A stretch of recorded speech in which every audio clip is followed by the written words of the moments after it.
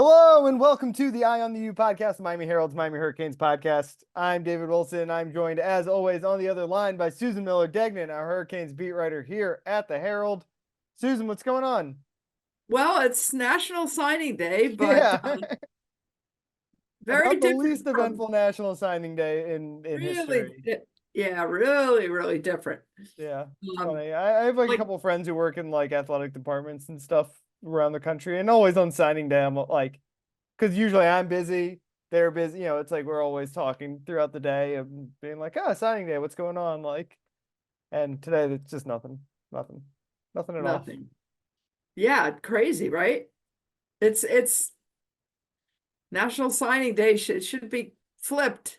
We It's didn't like even, yeah, opposite we day. didn't even talk about like I was thinking. Normally, we would have done a big episode to preview it, right? And been like, here's what you can expect. Here's what it means. And we got to last week, and I was like, and we didn't do an episode last week because nothing was going on. And I was like, oh, signing day is coming up, but we wouldn't have had anything to talk about anyway. So, Correct. but it actually has been a suddenly busy. It was a very quiet couple of weeks in Coral Gables, and suddenly busy over the last 24 hours, basically. Yep. Starting with Tuesday night, Miami hiring a new running backs coach, Matt Merritt from USF. Today they lose Jahmille Addae, the secondary coach to the Buffalo Bills. And I think probably the biggest, most interesting story of the day is Alonzo Highsmith, who obviously that was a big splash when he joined Miami. Um, like 18 months ago, a little bit more than that. It was not Yeah, last off season. Yeah, May of 2022. almost 2 years ago. Obviously a big splash, a very highly respected NFL executive, Miami legend, comes home to Miami. What was his official title? Oh, General manager, General basically. Manager of Football Yeah. Operations. He has headed to the New England Patriots after 2 seasons back at his alma mater. You wrote pretty extensively about that on Wednesday after the news, after the move happened. Um, it was a bold experiment for Miami, I think, but it seems like it um, did not quite manifest in the way that everyone thought it was going to. Uh, yeah, probably especially Alonzo. Yeah. You know, um, I mean, the man is very respected all over the country. He's Yes. had some big jobs, and he really loves UM, loves UM, and wanted to come home, you know. And I've said before, his family was all brought up around here. He met his wife at UM. I know he left for years to go, to be an executive on various Hmm. jobs. But I Alonzo, from what I'm told, thought that he was going to have a lot more autonomy. He was going to have a lot more decision making. That he was going to be, I don't even want to say more important, because that wasn't it. He really is great at finding talent and stuff. Hmm. And I think from what I heard, he was not as valued as he just wasn't. He didn't play that big a part. Yeah. He was like small time whatever, and he's not a small time guy. Yeah.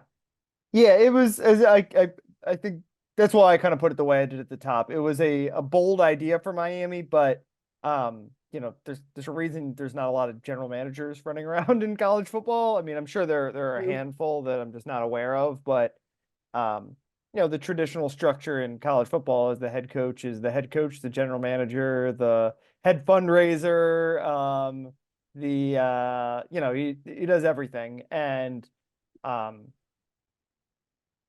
there are reasons there are a lot of different reasons for that. Some are, just kind of like the traditional thinking and the idea that college football is not like a big money sport necessarily. Um, a huge part of that is obviously recruiting. Like, Alonzo Highsmith was not out on the road recruiting players himself, which is different than in the NFL where recruiting is just, you pick a guy and you either draft him or you decide you're going to give him X amount of dollars. Although obviously we're closer to that now than we were 2 or 3 or 4 years ago in college football. And part of it is just the, I think the nature, like I mentioned like tradition up at the top. It's a little bit of like, it's tradition in college football, right? It's the head coach is the guy who picks the players that are going to play for him. Um, I think Miami it's always a good idea to have different opinions in the room, especially when one of those guys having opinions is a guy who has a decade of NFL personnel executive experience. But we know, obviously Alonzo, you don't get to be what you are, what he is without being a, pretty headstrong and kind of like opinionated and, you know, Definitely. successful person. And obviously, we know Mario is he's always, his MO above everything else is in some ways he's a personnel guy too, right? His strength has been recruiting and we know he is a headstrong guy with a lot of opinions about what how Miami can return to being Miami. And I think, I don't know behind the scenes like what their relationship was like, but Alonzo was used to being the guy who basically picks the players and then that's it. He picks the guys. Obviously, he had a staff with him or was part of a staff for the most part in the NFL. And Mario's used to the exact same thing on the other end, where he's used to picking the players. And that's it. And it was a cool idea, but there's a reason there's not a lot of these kind of situations in college football. Yeah, I could definitely see that happening kind of from the beginning. Alonso he's very strong, Yeah. very caring. He loves the program. Um, and Mario is very strong. Mm-hmm. But he was hired, I don't think he was, I mean, I can't believe he was hired for PR purposes, Yeah. although it looked good that, a Canes legend was coming back. But, yeah, I, Alonso was never going to stick around if this job did not materialize the way, he just wanted to get the Canes back on the map. Yeah. And I know UM has been recruiting well the last couple of years, but they haven't been necessarily playing well. Yeah, well, it's just it's such a different game than the NFL because in the NFL, if you're drafting at 29 and a guy is there and you pick him, he's going to play for you. However, if you want the 29th best player in the country, coming out of high school, you don't get to just like pick him. So I think it was never gonna be a situation where Alonzo was just going to pick the players and Mario was going to recruit them, right? I don't think he even thought that's what it was going to be, right? But it's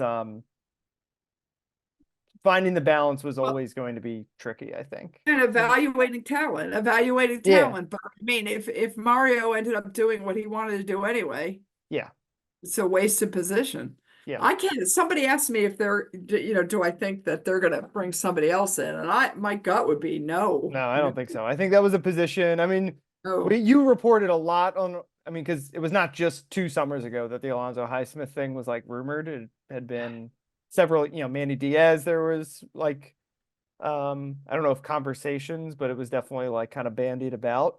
Um, Seems like this position was basically Alonzo Highsmith wanted to come try to help his alma mater in whatever way he could.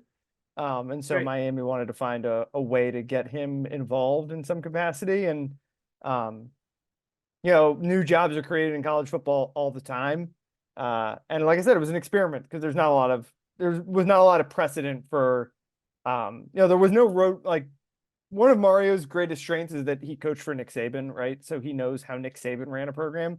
Nick Saban never had a general manager. Like there was no roadmap on how to make that kind of relationship work in college football. And so, they recruited well.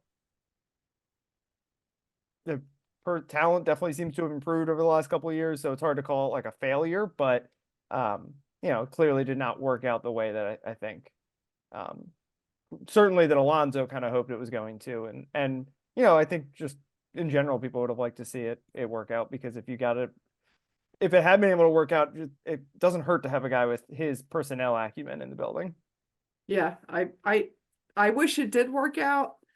But he's going to be fine. He's probably excited to go back to the NFL. And but although I'm not sure, I was told that it's some kind of personnel job, but not sure exactly what the title Uh-huh. of the job is. You know what I mean? Um, Yeah, it's so interesting. Things are in flux. I mean, maybe we shouldn't talk too much about the Patriots, but things are in flux there too, because Bill Belichick was their general manager, and he's no longer there, and they have not hired a new general manager, and I believe they don't right. reportedly don't plan to hire a new general manager. So, yeah, who knows Well, what I tell you what Alonso's though, role could be. he likes going where it's cold. He does. It's all the NFL places. Cleveland, Baltimore, Cleveland, Green Bay. Green Bay Pack 19 seasons with the Green Bay Packers. I mean, wow. Cleveland Browns and yeah, just cold, cold. And now Boston or wherever, New England. So Foxborough. Yes. Foxborough, excuse me. All right. Anything else on that, or should we hit on the No, rest of I the just coaching wish things? him well. He's a great guy, and I think he'll always be a UM fan. Uh, Yeah, certainly. If Mario doesn't work out, he's But still going to be a UM fan. speaking of some of your favorite former Canes who are getting personnel jobs, how about Dan Morgan getting that GM job as the Packers I or know. the Panthers? Sorry. Yeah, he's I love it. I love Dan, my buddy. It's okay, coach. She's my friend. She's my friend. Oh my God. That's one of my famous stories. Butch Davis yelling at him he was walking off the field with his arm around me like a buddy, like Uh, one of the buds, and talking to me. And Butch was yelling at him to hurry up, get off the field, hurry up, run. And Dan Morgan says, "It's okay, coach. She's my friend." I love Dan Morgan. yeah. So Anyway, definitely he's great, and obviously, he's done a good job where he was. So, you know, yeah. Kane's definitely producing some good I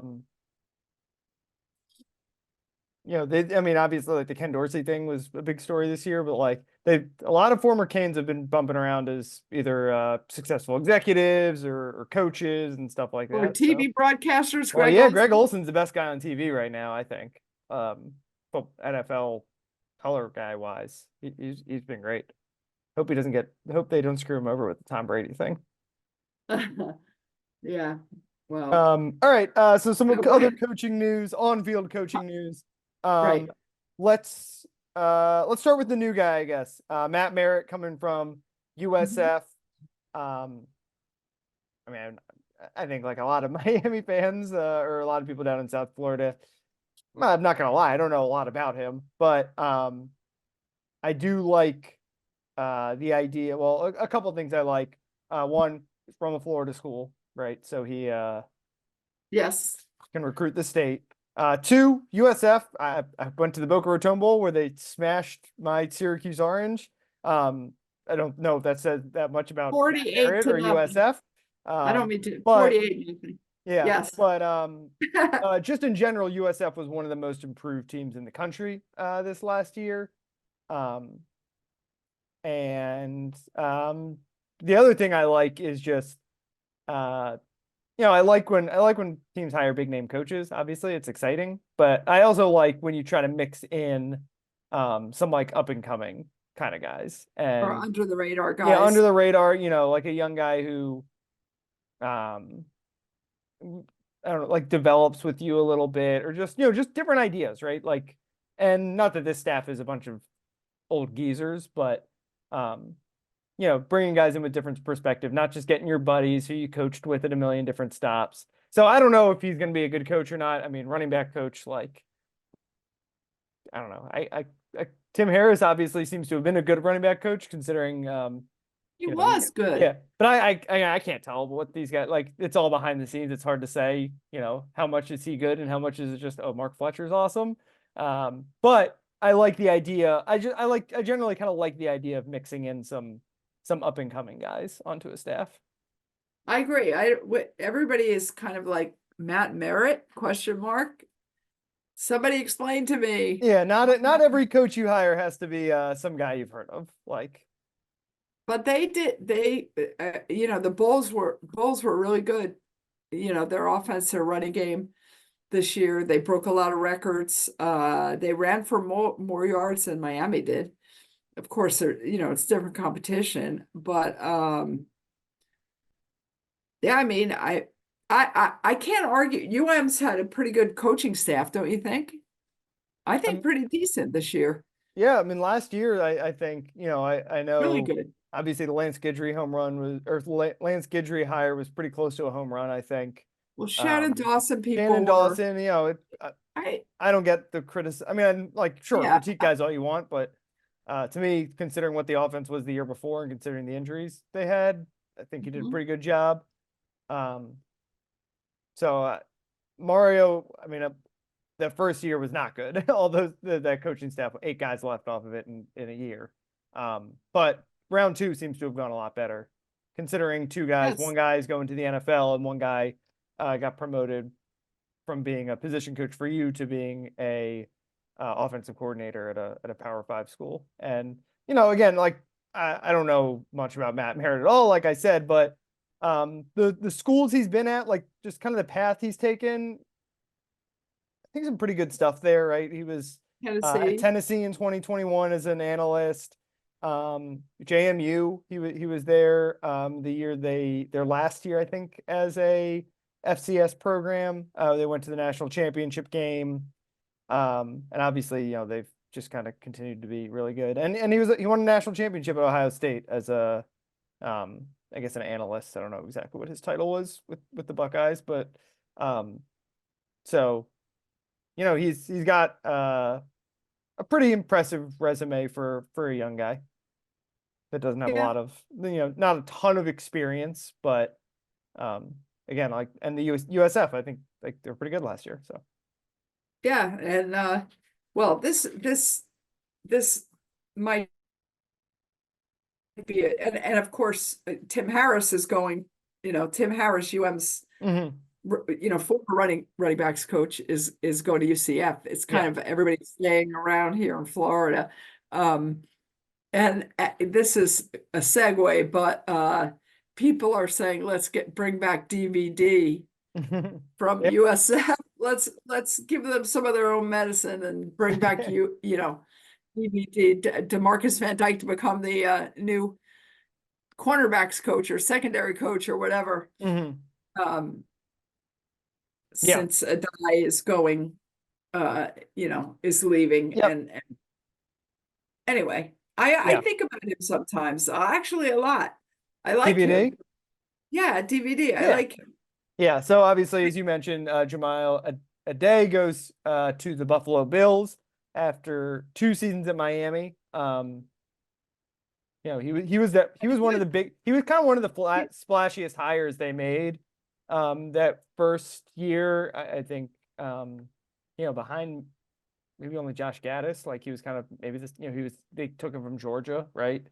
Um, Yeah, and after Georgia had won the yeah, national title. and that definitely it worked. It worked out really well. I think Tyreek Stevenson, who obviously was his kind of first project here, and not that he did, he only had Tyreek for, well, I guess he had him at Georgia too, for a year, I think. True. But had an awesome rookie year. So that's a pretty good development success story there. And then obviously, Cam Kinchens, who will get drafted early in the 2024 draft, and James Williams will probably get drafted. Yep. And Daryl Porter, I think, the secondary was one of the more improved groups, I think, on the team over the last year. So that was a nice success for Miami. And I'll be very interested to see where they go next. The one criticism I think people had of Addae is did not recruit at like a exceptionally high level. Especially that's a position where in South Florida you can potentially recruit at a really high level, just given the talent down here. So it'll be interesting to see that if they go with a big name, another big, that in some ways running backs coach is a good place to just like put a young guy who can develop a little bit. You can kind of like take some chances there because so much of running back success has to do with the scheme and the actual talent. I think it's telling that they went for one of their splashiest hires in the secondary last time around when they got Addae. So we'll see what they do there this time. Yeah, now we're getting closer to spring. Yeah, it's getting late. It's getting late. So yeah, like we thought we were gonna go through unscathed, right? I never thought of, but we did talk about it like a month ago that after last offseason they had 8 coaches turnover. There hadn't been one. I never thought they were going to get through totally unscathed. Right. Because that just doesn't happen, especially at a school like Miami where you should be hiring good guys because you have money to spend on that. But yeah, now it's a more of a normal offseason, replacing 2 position coaches. That feels more normal than replacing 2 coordinators and 6 other coaches like they and did also you could this time say, last year. and they're going to the NFL. Yeah, I mean they're 2. Oh, well, not there. One's going to the NFL and one is getting a Yeah. promotion to a offensive coordinator job at a Power 5 or whatever. Yeah, yeah. School. So that's a good reflection. It's hard to be annoyed at either of them, and no firings, right? Like no one, and I don't think there was anyone. No matter how kind of frustrating the season was, there was no one that was like, "Ooh, gotta upgrade the quarterback coach or whatever." It didn't feel like that. So, I don't think he wants to keep doing that. You got to have some you can't, continuity. and that's huge. I mean, that was the biggest flaw of year 1 of the Mario Cristobal era for all the on-field stuff. Even bigger than missing a bowl game, I think, was how badly they botched that first coaching hire. But kudos to him for pivoting right away. Like a lot of coaches would have been stubborn and stuck to their guns, especially when you have a 10-year contract or whatever Mario has. So, all right. Anything else? No, I mean, it's just weird signing day, heading towards spring. They haven't even announced the dates, but we know it always starts in early March. Yep. It has to. We're about a month off from that. Yeah. Baseball coming up. Baseball, yay. Yeah, JD Arteaga. Yeah, keep an eye out. Susan will have a big story on JD Arteaga coming this week or next week. I'm deciding. I think it's gonna. I think it'll When's be opening next day? When's opening day next? I think it'll be next week. Opening day is a week from Friday. It's like next Friday, right? Like the next Friday, 1 week. 16th or whatever that is. Yeah. So you got time to work on that. Yeah, I'm dabbling away at it. So in between other season at the light. Yeah. I'll have to get down to a game at some point. I didn't go to a single game last year. Oh, that's bad. I know. Good. That's not good. They're fun games. I moved. That was a problem. I moved. I used to live right by the stadium. Now I moved to the other side of the county. So.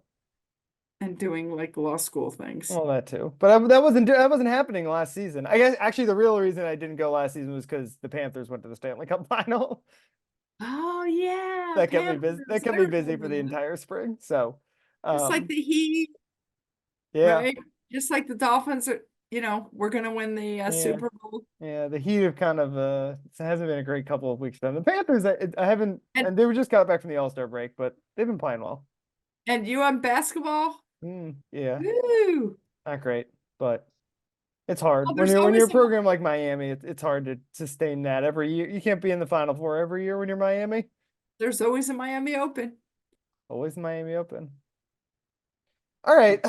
We can finish things up there. You can follow Susan on Twitter at @SMillerDegnan. Follow me on Twitter at DBWilson2. We'll be back sometime in the next couple of weeks. Once we find out spring, I guess when they hire a defensive backs coach, and we'll have some stuff to talk about before spring ball gets kicked off in, like you said, March, almost certainly. So Thanks again, and we'll talk to you guys later on.